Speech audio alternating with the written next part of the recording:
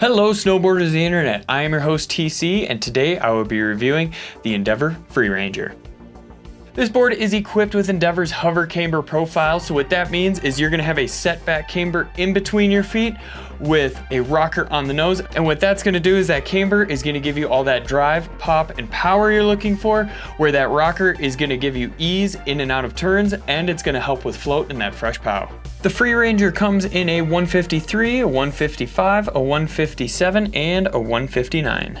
I rode this board at Arapahoe Basin where we just got snowed the day before, so there was about 8 inches of fresh that blew around a little bit. So some parts were extremely full, like knee deep. Some parts were a little more bare where you'd be riding along and then just hit an icy patch out of nowhere.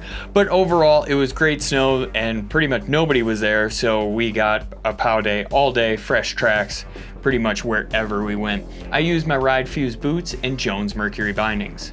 Flex and stability. When we're talking overall flex on this board, it is coming in stiffer than the middle of the road.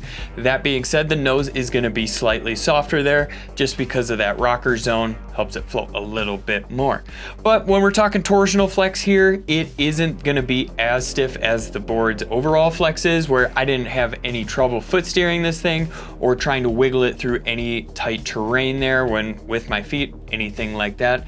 Now when we transfer over to the stability portion, it is a damp board. It absorbs all that chatter really well. When you're on smooth groomers, it is awesome. You don't feel any of those vibrations. Nothing is resonating through the nose up into your feet. The problem I did have with its stability is when I did get into that chunky or chundery zones that was uneven, it was getting bounced around quite a bit.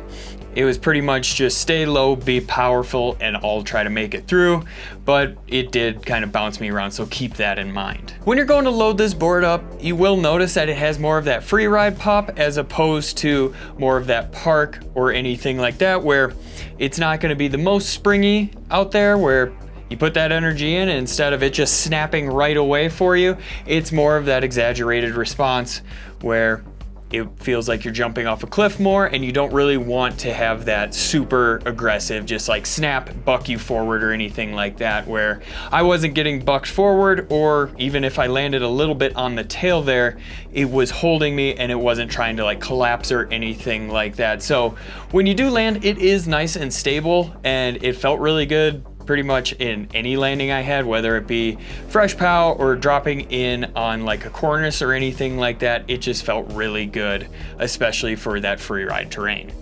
While I have you here, make sure you like, subscribe, click that bell, and turn on those notifications so you don't miss any of the programming we have coming out.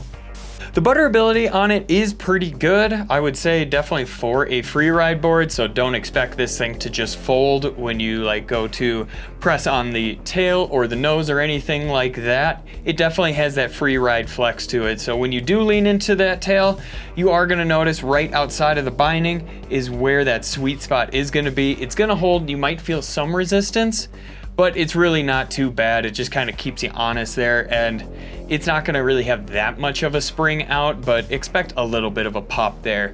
When you do go to butter on the nose, you'll notice it's gonna be slightly softer there just because of that rocker and a little bit more leverage because of the setback. But overall, it's really not gonna be the most butterable board out there, but you could still do it and still have a little bit of pop if you want to spin out. Since it is a free ride board, you'd expect this board to carve pretty well, and it really does on smooth groomers.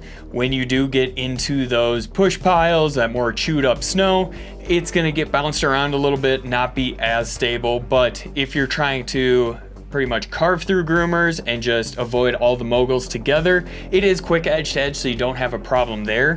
When you get to those medium and larger carves, it does hold its speed well, it holds its edge well on those smooth groomers, but for the most part, as long as you keep it to that or that fresh snow, it's gonna carve extremely well. It will Euro carve for you, no problem. Just keep that weight centered, make sure you got a nice smooth run there, and it's gonna just pull a full circle for you.